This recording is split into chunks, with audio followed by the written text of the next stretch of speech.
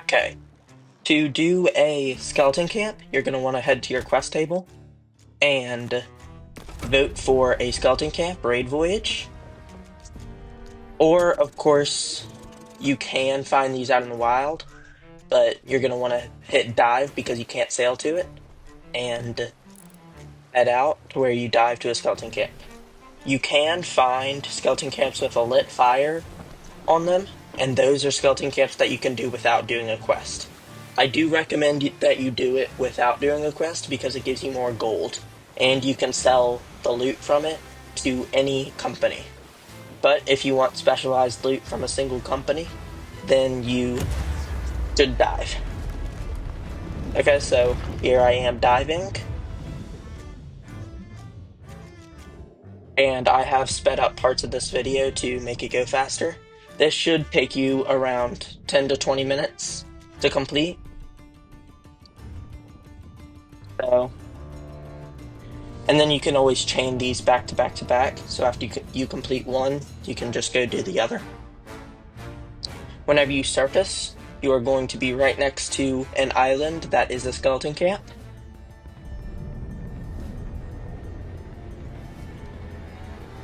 So I surfaced right in the southwest of the map into a skeleton camp that's near there. I did notice a burning blade on my server, so I went to my map table to check that, but before I did that, I went and docked my boat. You can really dock your boat anywhere on the island. That's easily accessible. But I did notice that burning blade, so in a moment you'll see that I went down and checked my map table for any potential reapers or anyone that might be looking to sink my ship. I didn't see anyone that was near me, so I continued to carry on. I harpooned to the island. Then what you're going to want to do is go to this door looking thing, pull out... Oh, never mind. I saw a Ashen Guardian. These islands are really common for Ashen Guardians and other skeleton bosses for you to fight and claim their loot. This is where I've found the most luck finding these skeletons. And also this is where I find the most luck finding loot on the beaches, such as cannons of rage, ammo boxes, various crates, stuff like that. Usually you'll catch one of those every single time you do one of these. So you see me here picking up the quest for the Ashen Chest and the Ashen Key. In a second, I'm going to go get that Ashen Chest. Whenever you do dock your boat, I would recommend that you, unlike what I did, raise your sails and then raise your anchor so that you can be ready to lower your sails at a moment's notice and get away in case someone tries to come fight you, especially if you're playing solo. So, to actually do the skeleton camp, what you're gonna want to do is find a door that looks similar to the one that I'm about to walk up to. Pull out your lantern and light these two torches on either side of the door, and the door should open. Then flip this little lever on the side, and this little elevator will start descending. Whenever you hit the bottom, what you're going to want to do is go into the big open cavern, and open these two barrels that are always on the side, and collect any food or resources there are in these chests. Then you're going to want to go through this door and into this big room.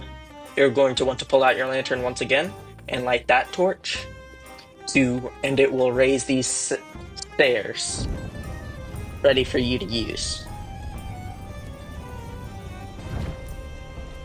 Whenever you do light it, these three cubes will start to turn, showing you 3 different constellations that you have to map out. One of mine was a fox, so I went and mapped that out really quickly. The fox is on one of those cubes. There's 3 of them, so you have to map out 3 different constellations. So I went and did the fox, then I sped it up for you for the remaining 2. I had a crab and a lion. I went and did the crab, then did the lion. You do turn this big wheel to turn like the sky, and then use that thing. If you use your left click, then you can zoom in, and that's how you actually draw the constellation. Now this will summon skeletons, which you're going to want to mainly sword dash into since it's an instant kill. But there are 5 waves of skeletons. On the first and last wave, there are no skeletons with bombs. So you're free to be down there right with the skeletons and have no fear of getting insta-killed by a bomber with a keg. But what I recommend you do is not go down there, and instead, for every single wave, stand up on the stairs that you raised earlier, since the skeletons cannot go up there. Look around, see if you can find the guy with the bomb, and if you can't, step down off the stairs so that all the skeletons come towards you. The guy with the bomb will come towards you, then you grapple the bomb from him, place it behind the wheel that you used earlier to turn the sky, and it should kill most skeletons and only do a little bit of damage to you.